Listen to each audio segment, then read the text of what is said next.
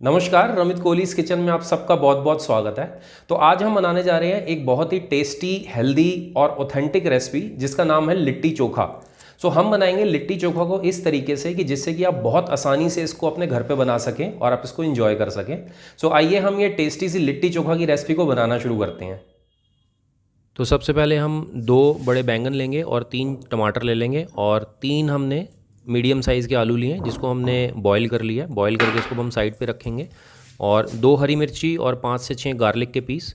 अब हम बैंगन को इस तरीके से, आप देखिए, आपने टमाटर को साइड पे रखेंगे और बैंगन में आपने इस तरीके से स्लिट लगानी है। तो ये एकदम ऑथेंटिक तरीका है कि आज भी एकदम देसी तरीके से इसी तरीके से बनाया जाता है। आप इसको इस तरीके से बैंगन को स्लिट कीजिए। आपने पूरा इसको नहीं काटना, सिर्फ इसमें बीच में चीरा लगाना है। और चीरा लगाने के बाद में अब जो हमारी ग्रीन चिली है इसको हम इस के अंदर बीच में स्टफ़ करेंगे, जिससे कि जब हम बैंगन को भूनेंगे तो उसके साथ में जो हरी मिर्ची है वो भी इसके साथ में पक जाएगी, मगर ये जलेगी नहीं और अच्छी सॉफ्ट हो जाएगी। तो इस तरीके से आपने इसकी स्टफिंग को थोड़ा सा हम डीप करेंगे जिससे कि अच्छे से ये जो ग्रीन चिली है ये अंदर इसके स्टफ़ हो जाए। और इस तरीके से अब देखिए ये पूरी नहीं आ रही तो मैंने इसको तोड़ के बीच में भर दिया है बैंगन के। और जो दूसरी साइड से अब हमने चीरा लगाया था उसके अंदर अब हमने गार्लिक जो लिए हैं, देखिए गार्लिक को मैंने छील लिया है। सो 5 से 6 तुरी लेनी है आपने गार्लिक की। सो गार्लिक पॉट्स को भी आपने इसके अंदर अब फिल कर देना है।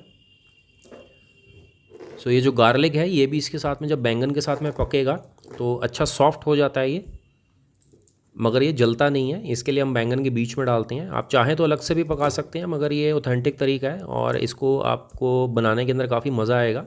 तो आप इसी तरीके से इसको बनाइएगा जिससे कि इसका फ्लेवर भी जो बैंगन के अंदर चला जाता है जब ये गलता है। और ये करने के बाद में अब हम इसके ऊपर इस तरीके से आप चाकू से थोड़े थोड़े आप इसके अंदर हल्के हल्के से आप इसमें छेद कर लीजिए जिससे कि ये इवन कुक होगा। टमाटर को भी हम करेंगे जिससे कि जो इसकी स्किन है उसमें वो फटती नहीं है और इसमें से जो जूस है इसका वो बाहर नहीं आता। और अब हम सरसों का तेल लेंगे और अब हम जो इतनी हमारी सब्ज़ी हैं इन सब के ऊपर आप सरसों का तेल की एक लेयर लगा लीजिए, जिससे कि जब हम इसको भूनेंगे सारी सब्जियों को, बैंगन को, टमाटर को और आलू को, तो ये इसकी स्किन काफ़ी ईजिली निकल जाती है क्योंकि ये क्रिस्पी हो जाती है ऑयल लगाने से और ये चिपकती नहीं है इसकी जो अंदर का जो पल्प होता है उसके साथ में। तो अब हम इस तरीके से आप जाली रखिए अब गैस के ऊपर और इसको हम देखिए सिम पे किया हमने, सिम पे ही हम इसको पकाएंगे। और अब हमारे जो बैंगन थे उसको हम आप गैस के ऊपर इस तरीके से जाली पे रखिए जिससे कि आप इसको डायरेक्ट, जैसे भरते के लिए हम इसको भूनते हैं, सो बिल्कुल सेम प्रोसेस है, एकदम सिंपल प्रोसेस है। उससे अब हम इसको भूनेंगे। टमाटर भी हमने इसके साथ में रख दिए जितनी जगह थी इसमें साइड पे। सो टमाटर को भी मैं साथ में भून लूँगा जिससे कि एक ही बार में ये कुक हो जाए, मगर बैंगन हम पहले भूनेंगे। सो देखिए एकदम सिम आंच पे मैंने रखा है और अब हम इसको थोड़ी देर, जब ये इस पर सॉफ्ट हो जाएगा एक साइड से, तो इसको आप रोटेट करते रहिए। सो टमाटर को भी हम साथ में रोटेट करेंगे और बैंगन पे को हम पहले पका लेंगे। सो अब देखिए धीरे धीरे ये जो बैंगन है हमारे वो पक रहे हैं और टमाटर भी थोड़ा थोड़ा इसके साथ में कुक हो रहा है। तो मैंने आँच नहीं बढ़ाई, आँच को मैंने सिम पे ही रखा है क्योंकि ये एकदम स्लो कुकिंग होगी तो इससे जो स्वाद है वो चोखे का काफ़ी बढ़ जाता है। तो बैंगन को आप इस तरीके से रोटेट करते रहिए और जब तक ये अंदर से सॉफ्ट ना हो जाए तब तक आपने इसको पकाना है बैंगन को। तो इसके लिए आपको बीच बीच में इसको घुमाते रहना है कि जिससे कि इसकी जो कुकिंग है वो इवन हो जाए और जल्दी पक जाएगी। अब जो हमारा बैंगन है वो धीरे धीरे कुक हो रहा है। अब इसमें से जो स्टीम निकल रही है इससे पता चल जाता है कि ये अंदर से कुक हो चुका है। सो देखिए अब इसका जो कलर है वो भी एकदम डार्क हो गया है। तो इससे हमें पता चल गया कि अब ये जो हमारा बैंगन है वो अंदर से सिक के तैयार हो गया। सो एक बार हम इसको फाइनली पलटेंगे और हम इसको अब अलग कर लेंगे। अब हम एक साफ़ बर्तन के अंदर 2 कप हमने आटा लिया है, होल व्हीट फ्लावर। सो हम जो ये लिट्टी बनाते हैं वो आटे से ही बनाते हैं। आधा छोटा चम्मच नमक डालते हैं, एकदम हेल्दी बनती है ये और बहुत अच्छी रेसिपी है ये और बहुत ही पौष्टिक भी है। 3 छोटे चम्मच हम इसके अंदर रिफाइंड ऑयल डालेंगे। इसको डालने से जो लिट्टी है वो काफ़ी खस्ता हो जाती है, तो आप इसके अंदर ये ज़रूर डालिएगा। मगर आप इसके अंदर ज़्यादा मत डालिएगा, जिससे कि ये कई बार टूटती भी है ये नहीं तो। और इस तरीके से आप इसको हाथों से मिक्स कर लीजिए आटे के साथ में। और मिक्स करने के बाद में जब ये अच्छे से जो ऑयल है वो आपस में मिक्स हो जाएगा आटे के साथ में, तो इस बीच में हम देखते हैं हमारे जो बैंगन हैं, अब बैंगन भी अच्छे पक चुके हैं, तो इसको अब हम साइड पे निकाल लेते हैं। सो ये दोनों काम मैं एक साथ कर रहा हूँ, तो आप भी जब बनाएंगे आप एक साथ इसको बना सकते हैं, जिससे कि आपका लिट्टी और चोखा एक टाइम पे बन के एकदम तैयार हो जाएगा। अब इसके साथ में हमने जो उबले हुए आलू लिए थे उसको भी हम ऊपर से हल्का सा ऑयल लगा के हमने इसको कुक करेंगे दोनों को एक साथ, जिससे कि ये काफ़ी अच्छा रोस्ट किया हुआ फ्लेवर आ जाता है इसके अंदर। सो अब हम चलते हैं अपने आटे की तरफ वापस। सो अब हम इसके अंदर 1 कप पानी लेंगे और आपने इसके अंदर पानी डाल के इसको गूंदना है। अब आपने इसमें जो पानी लेना है वो 1 कप से बिल्कुल भी ज़्यादा नहीं लेना, क्योंकि जो हमारा डो है उसको हमने एकदम टाइट बनाना है, जिससे कि जब लिट्टी पकेगी तो ये नहीं तो थोड़ा सा जो अगर हम इसको ढीला रख के पकाएंगे तो ये बैठ जाती है लिट्टी, एकदम गोल शेप नहीं आती। तो देखिए एकदम ये हमने टाइट डो बनाया है इसका, क्योंकि हमने पानी बिल्कुल नाप तोल के डाला है इसके अंदर, 1 कप से ज़्यादा नहीं डाला। अब आप इसको कपड़े से ढक के आप रूम टेम्परेचर पर रख लीजिए 10 मिनट के लिए, जिससे कि हमारा आटा थोड़ा सॉफ्ट हो जाएगा। और अब हम इसकी स्टफिंग बनाएंगे, तो हमने इसके लिए सत्तू ले लिए। तो ये चने का सत्तू है, ये आपको किसी भी डिपार्टमेंटल स्टोर से बहुत ईजिली मिल जाएगा। तो ये अब हम स्टफिंग के लिए इसको यूज़ करेंगे। सो 3/4 कप हमने चने का सत्तू ले लिए, एक साफ बोल में हम इसको ले लेंगे। और अब हम इसके अंदर आगे का प्रोसेस करेंगे। सो उससे पहले हम अपनी सब्ज़ी की तरफ जाएंगे। और देखिए जो हमारे टमाटर हैं ये अच्छे गल चुके हैं और स्किन की इसके ऊपर से जल के रोस्ट हो गई है, और आलू भी हमारे रोस्ट हो गए हैं। सो अब हम इसको इस तरीके से आप साइड पे निकाल लीजिए और गैस को बंद कर दीजिए। अब हम चलेंगे अपनी स्टफिंग की तरफ। तो सत्तू के अंदर अब हम 1 छोटा चम्मच हम गार्लिक चॉप डालेंगे, तो एक कच्चा हम इसके अंदर डालेंगे सब कुछ। और 1 छोटा चम्मच हम इसके अंदर जिंजर चॉप डालेंगे। और एक हमने मीडियम साइज़ प्याज लिया है जिसको हमने चॉप कर लिया था बारीक, आप इसको काट लीजिए और ये भी आप इसके अंदर डाल दीजिए। अब हम इसके अंदर ताज़ा कटा हुआ धनिया डालेंगे। सो 1 से 1.5 बड़ा चम्मच आप इसके अंदर धनिया डालिए। 1 हरी मिर्च, उसको भी मैंने फाइनली चॉप कर लिया था, ये भी हम इसके अंदर डालेंगे। और अब हम इसके अंदर कलौंजी डालेंगे। सो आधा छोटा चम्मच हमने कलौंजी ली है, जिसको अनियन सीड्स या नगीला सीड्स भी कहते हैं। और ये डालने के बाद में इसके अंदर जो सीक्रेट इंग्रेडिएंट है जो बहुत ज़रूरी है वो हम आगे डालेंगे। सो 1/4 चम्मच हम इसके अंदर अजवाइन डाली है, इससे काफ़ी ईजिली डाइजेस्ट हो जाता है। और 2 बड़े चम्मच हम इसके अंदर सरसों का तेल डालेंगे, जिससे कि इसका काफ़ी अच्छा एकदम अर्दी फ्लेवर आता है इसमें स्टफिंग में। सो इसकी स्टफिंग एकदम चटपटी बननी चाहिए। इसके लिए अब हम इसके अंदर जो सीक्रेट इंग्रेडिएंट है वो हमने 1 बड़ा चम्मच अचार का मसाला डाला है, तो ये डालना इसके अंदर बहुत ज़रूरी है। तो ये डाल के आप इसको अब अच्छे से मिक्स कीजिए और इसके साथ में आधा छोटा चम्मच नमक भी हम इसमें डालेंगे। अब हम इसको अच्छे से मिक्स कर लेंगे और मिक्स करने के बाद में अब हम इसके अंदर 1 नींबू को काट के इसमें आप निचोड़ लीजिए। और फाइनली अब हम इसको मिक्स करके टेस्ट करेंगे। और अगर आपको लगे कि इसके अंदर अचार का मसाला और जाना चाहिए क्योंकि एकदम चटपटा बनना चाहिए, तो आप इसके अंदर और डाल सकते हैं। तो मुझे तो लगा इसमें 1 चम्मच मुझे और डालना चाहिए, क्योंकि मुझे काफ़ी चटपटा पसंद है। तो इसके अंदर मैंने 1 चम्मच अचार का मसाला और डाला और मैं इसको एक बार फिर से टेस्ट करता हूँ। अभी एकदम परफेक्ट स्टफिंग बन के तैयार है। तो हमारा जो डो था उसको भी अब देखिए 10 मिनट हो गए हैं, तो अब ये थोड़ा सॉफ्ट हो गया है। तो अब आप इसको इस तरीके से आप एक बार गूंद लीजिए हल्का सा। और फाइनली अब हम इसकी छोटी छोटी बॉल्स बना लेंगे कि जो कि लिट्टी बनेगी। तो लिट्टी के साइज़ की हमने छोटी छोटी बॉल बनानी है जिसके अंदर स्टफिंग भी जाएगी, तो इसलिए आपने इसको ज़्यादा बड़ा नहीं बनाना। तो इक्वल साइज़ की हम इसको इस तरीके से बना लेंगे। अब देखिए काफ़ी हमने जो टाइट डो गूंदा था इस वजह से ये इतने आराम से नहीं टूटता।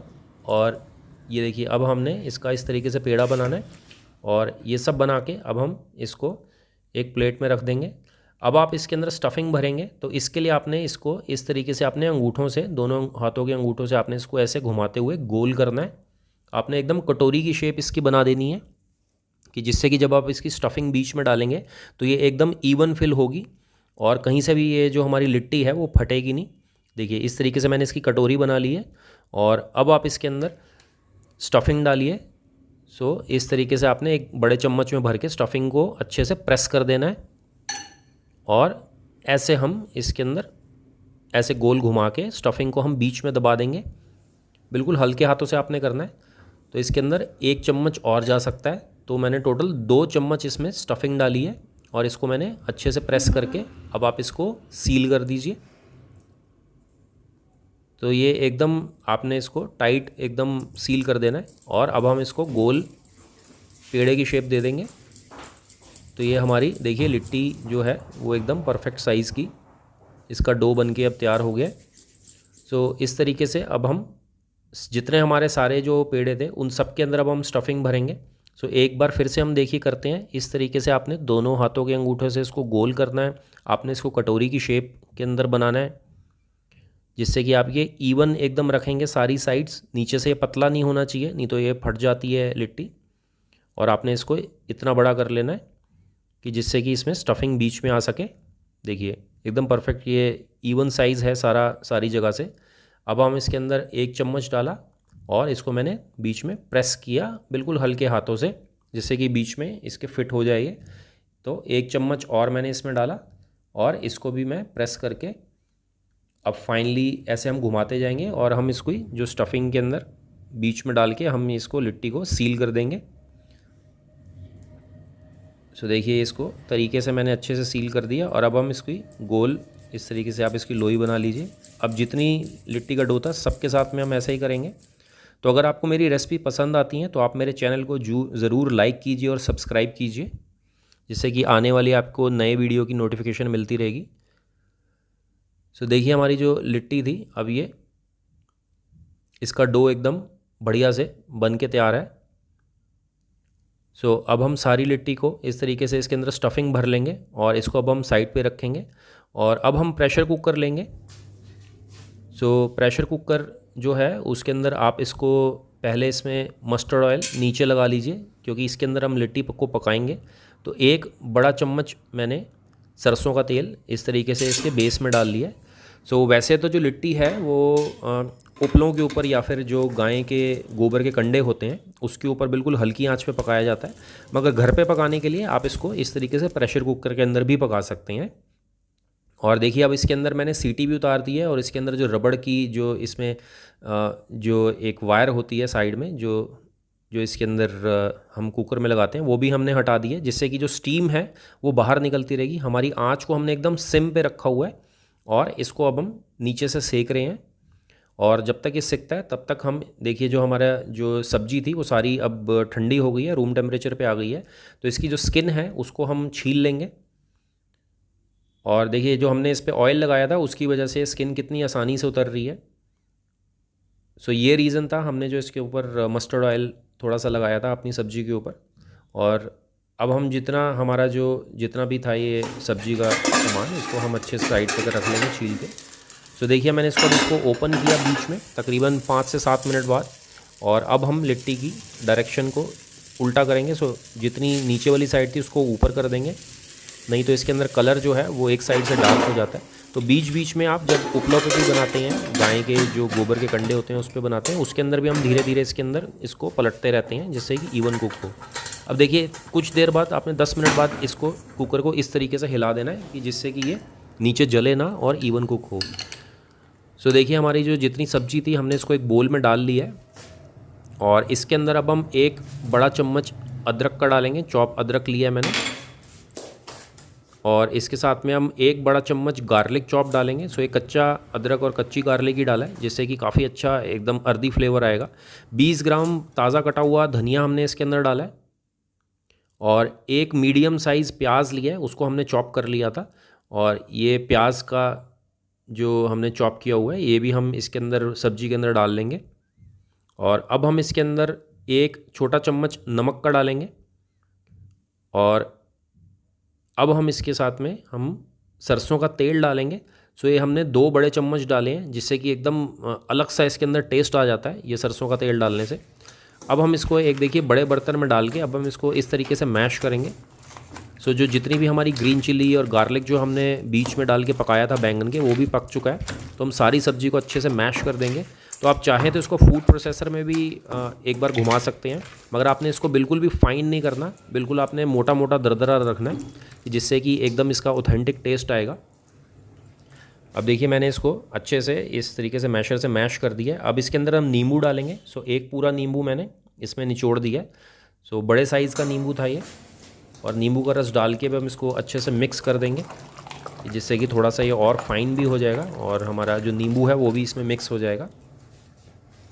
और अब हम इसके साथ में एक मीडियम साइज़ प्याज लेंगे, उसको हमने चॉप कर लिया। थोड़ा सा धनिया लेंगे कि जिससे कि जिसको साथ का में सलाद है प्याज का वो हम बनाएंगे, जिससे इसका स्वाद जो है वो और बढ़ जाएगा लिट्टी चोखे का। और धनिए को आप इसके अंदर डालिए, और इसके साथ में थोड़ा सा नींबू का रस जो हमने पहले नींबू डाले थे उसमें, उसको और हमने प्रेस करके इस तरीके से थोड़ा सा नींबू का रस डाला। थोड़ी सी हम इसके अंदर चुटकी भर लाल मिर्च पाउडर डालेंगे, और ये हमारा घर में बना हुआ सलाद एकदम तैयार है। इसको अब हम साइड पे रख देंगे और हमारी जो लिट्टी है उस तरफ जाएंगे।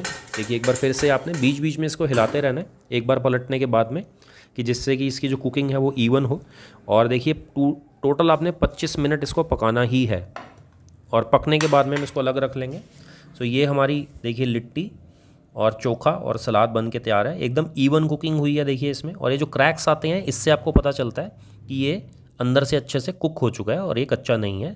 अब आप चाहें तो थोड़ा सा घी के अंदर इसको इस तरीके से डाल के थोड़ा सॉफ्ट कर सकते हैं, और या तो आप चाहें तो बिना घी के अंदर डाले भी आप इसको एंजॉय कर सकते हैं। दोनों तरीक़ों से आपको अच्छा लगेगा। घी में डालने से थोड़ा सा सॉफ्ट हो जाता है, तो जब आप इसको तोड़ेंगे तो आसानी से टूट जाएगा, और बिना घी वाले का भी एक अलग ही स्वाद होता है।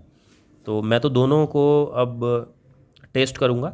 तो आपने इस तरीके से देखिए इसको कितने आराम से ये क्रिस्पी सी हमारी लिट्टी स्टफिंग के साथ में देखिए तैयार है। अब थोड़ा से चोखे के अंदर डालेंगे। चोखे को मैंने ठंडा कर लिया था, सो ये फ्रिज में डाला था कुछ देर, और थोड़ा सा इस पर सलाद डालिए और लीजिए टेस्टी सा एंजॉय करने के लिए तैयार है। आशा करता हूँ आप सबको ये चटपटी सी लिट्टी चोखे की रेसिपी बहुत पसंद आई होगी। तो आप मेरे चैनल को लाइक कीजिए और सब्सक्राइब कीजिए। धन्यवाद।